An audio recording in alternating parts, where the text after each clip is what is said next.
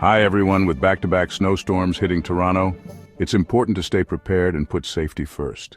Heavy snowfall and icy roads create dangerous driving conditions. Poor visibility, black ice and snow-covered streets increase the risk of accidents. If you don't need to be on the road, avoid travel.